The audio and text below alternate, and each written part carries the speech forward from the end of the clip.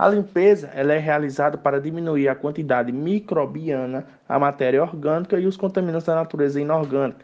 Deve ser realizada usando todos os EPIs, como luvas de borracha, máscara, óculos de proteção, gorro, calçados fechados e avental impermeável.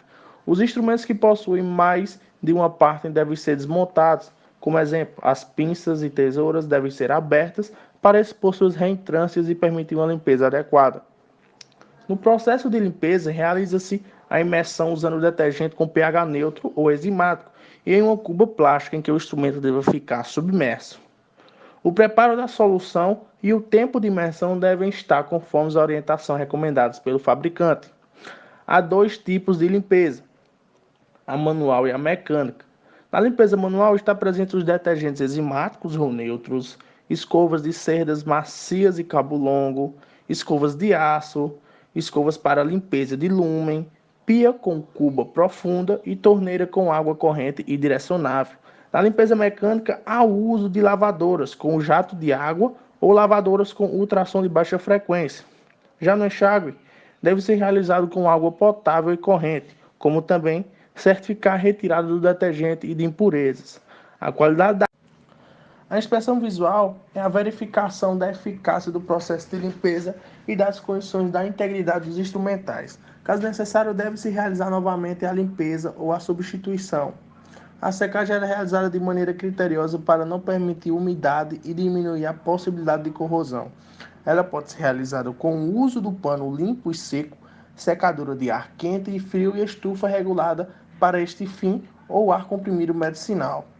No método de processamento, é determinado que o uso do desinfetante não elimina todos os patógenos dos instrumentais odontológicos. Desse modo, recomenda-se a sua esterilização pelo autoclave.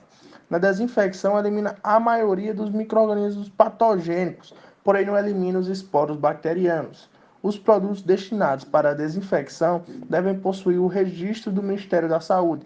São exemplos dos desinfetantes: o hipoclorito de sódio, o glutaraldeído, o ácido peracético e o álcool. No empacotamento e seleção de embalagens, as embalagens devem permitir a penetração do agente esterilizante, proteger e assegurar a esterilidade até a sua abertura. Para a esterilização em autoclave é sugerido papel grau cirúrgico, papel crepado e tecido não tecido. O tecido em algodão cru, campo duplo e o vidro e nylon, cassetes e caixas metálicas perfuradas. É importante evidenciar que as pinças e tesouras devem ser esterilizadas com suas articulações abertas. A faixa de selagem deve ser ampla com 1 cm reforçada por 2 ou 3 faixas menores. É recomendado o selamento deixando uma borda de 3 cm para facilitar a abertura asséptica do pacote. A identificação deve ser feita antes da esterilização em uma fita ou etiqueta adesiva, que deve conter a descrição do conteúdo, com data, validade da esterilização, o nome do funcionário responsável. A improvisação de embalagens é contraindicada. Na esterilização, eliminará todos os micro-organismos presentes. Na odontologia, é indicado os processos de esterilização, físicos e químicos. O físico é em que é utilizado o vapor de satura sob pressão, que é o autoclave, e o químico utiliza-se soluções de glutaraldeído e ácidos peracéticos. No armazenamento, deve ser em um local exclusivo, em armários fechados e protegidos de poeiras, umidades e insetos, como também ser respeitado o prazo de validade da esterilização. Caso contrário, deverá ser reprocessado novamente. Na validade da esterilização, é preciso utilizar testes laboratoriais de esterilidade, levando em consideração os tipos de embalagem, o método de esterilização e a condição do manuseio e o local de armazenamento. O monitoramento da esterilização é o processo de esterilização é comprovado pelo monitoramento físico, químico e biológico. O monitoramento físico é a observação e registro dos dados colhidos no mostradores dos equipamentos, como temperatura, pressão, tempo dos ciclos de esterilização. No monitoramento químico, há o uso de indicadores químicos que avaliam o ciclo de esterilização, ocorrendo a mudança de cor, na presença da temperatura, tempo e vapor saturado.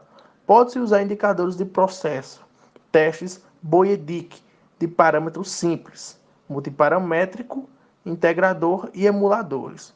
No monitoramento biológico, Nos pacotes é utilizados tiras de papéis impregnadas por esporos bacterianos dos gêneros Bacillus, de bactérias termofílicas, as quais são capazes de crescer em temperaturas em que as proteínas são desnaturadas.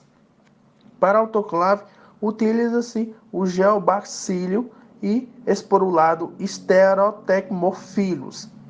Na manutenção, ela deve ocorrer semanalmente e limpar as partes internas e externas com esponjas macias, água e sabão neutro e secar com um pano limpo. O técnico especializado deve se realizar a troca de água quando solicitado pelo equipamento e a limpeza das tubulações internas.